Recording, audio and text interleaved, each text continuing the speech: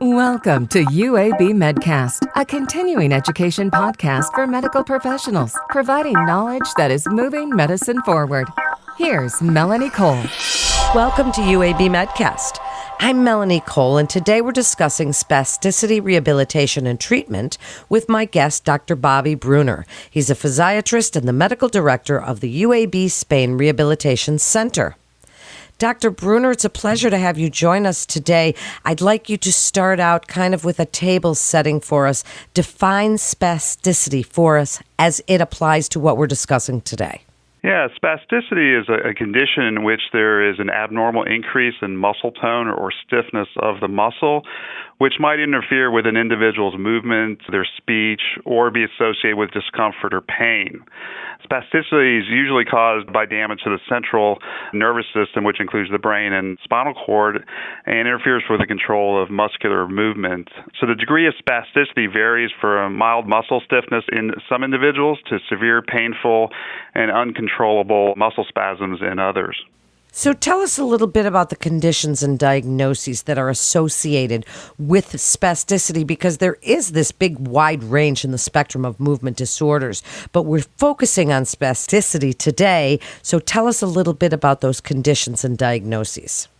Yeah, so the conditions you see generally are any condition that can affect the brain and spinal cord. So it's seen association in individuals that may get a spinal cord injury, they get a trauma to their spinal cord, and it upregulates the system and develops spasticity. It can be seen in autoimmune disorders.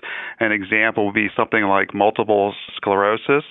We're not talking about kids today, but kids do turn into adults with cerebral palsy. That's a one-time incident at birth, but they do turn into adults. So you see it in kids, but it continues in adults. Things like stroke, cerebral vascular accidents can lead to spasticity. Brain disease, such as tumors, or an individual with meningitis can develop spasticity, or just head trauma. Really, any injury or disease that affects the spinal cord can lead to spasticity. Well, then I think one of the most important things we're going to discuss here today is quality of life for patients. Tell us a little bit about how this affects their quality of life as you see it when you're working with patients. So when we deal with patients with spasticity and quality of life, a lot of times, for example, we may get them into a rehabilitation program, and when they're trying to do things with a therapist that can affect their ability to learn a certain technique or certain gait because the spasticity interferes with that, it can cause them to ambulate in a different way. So if they're walking down a hallway, they may lead to a scissoring gait or a hemiparetic gait that can lead to falls. Falls lead to other complications. For lower level individuals that may be in wheelchairs, it can affect their positioning in wheelchairs. It can affect how they take care of themselves, how they eat, how they do their bowel or bladder function. So spasticity can affect the general way one goes through life, and it can be painful in some conditions as well. So we're trying to get their gait or their activity of daily living to a point where they can tolerate the underlying spasticity and doesn't affect them to a great degree. Well, then let's talk about the treatments that are available. What are you doing at UAB Spain Rehabilitation Center? There are a variety of things that you can do to try to help minimize spasticity. We're not treating the underlying diagnosis. We're really just treating this particular side effect. And so our goal is to minimize that effect and improve their quality of life overall. So sometimes you start simply with things like physical or occupational therapies. These are therapists that work to develop a regimen for you to either improve your gait or your basic activities of daily living. This can involve a stretching program or range of motion program. The idea is to take that program and incorporate it into your life so that you can work on it every day, so that you will reduce complications of shrinking muscles, which can lead to joint deformities and so forth. So that's one thing that we can do, and a basic thing that we do with individuals. Then kind of after that, we would consider medication management. And there are several medications. You hear names like Dantrium, Tizanidine, Baclofen. These are all medications that can help spasticity. They're all medications that can have side effects, so it's important to go over if you're a provider what those complications might be and discuss risks and benefits. Another option would be injection therapy. This is for the botulinum toxins. This is typically into muscles for a focal area of tone or spasticity. These are generally well tolerated. They're done generally every 3 months. Again, there are side effects, so that's a thing to be aware of, but overall it's generally very well tolerated. Then something more invasive would be intrathecal baclofen. This is infused through a pump system. So this will be implanted by a surgeon into the body with the catheter going directly into the fluid around the spine to reduce spasticity. To do something like that, you have to go to somebody that deals with pumps. There's a trial period to see whether a patient would even qualify or respond to the intrathecal baclofen.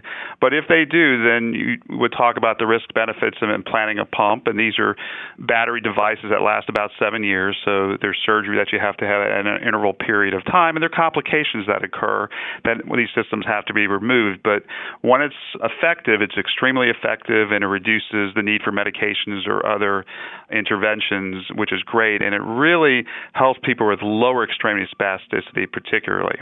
And then the last option you have are surgical treatments. This isn't so much for spasticity reduction, but more the complications of spasticity. So if someone has contractures of the joint or deformities of the joint, then you might go to a surgeon that specializes in this area to do some surgery on the joints or do tendon lengthening type procedures so that we can position the individual better, get them walking, or maybe they're functioning better as well. So that's kind of a global overview of the different treatments that there are for spasticity.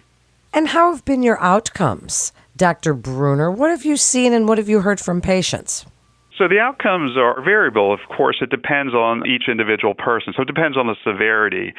So someone that has milder spasticity and is headed for a shorter length of time, the treatments can be very effective. And, we like to get people early, too, so that we can prevent these longer-term complications.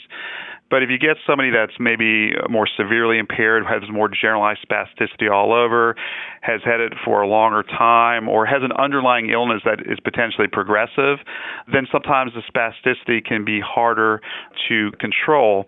But overall, our goal is to reduce the impact of the spasticity on the individual so that we can get them functioning to the best of their ability, to keep them comfortable, to help them with their day in and day out life. So the point is that there are treatments to make people more functional and more comfortable. And I think earlier that you get interventions or get these treated or work on this, then you reduce the long-term complications. This is a really very important topic we're discussing here today, and so many people that you're helping. As we wrap up, speak to other providers about why you feel and when you feel that it is important that they refer their patients to the UAB Spain Rehabilitation Center for treatment. Yeah, I think earlier the better. So when we see somebody early on in spasticity, the joints are still very flexible, mobile. The individual has not lost range of motion. And I think there's a lot we can do if we get to people early on. Some people will just come into clinic or another provider and they see them walking with a stiff gait, or they notice the range of motion, but they don't particularly think about referral or doing anything about it. And that can lead to, if years go by, to further contractures, immobility, poor positioning in chair, which then can lead to further painful conditions down the road. And so the key to me is early recognition of this condition and then referral to an appropriate individual that can kind of go through these different treatment plans and work with the patient so that long-term outcomes are much improved for the individual. Thank you so much, Dr. Brunner, for joining us today and sharing your expertise for other providers. A physician can refer a patient to UAB Medicine by calling the MIST line at 1-800-UAB-MIST or by visiting our website at uabmedicine.org/physician. That concludes this episode of UAB Medcast. For updates on the latest medical advancements, breakthroughs, and research, follow us on your social channels. I'm Melanie Cole.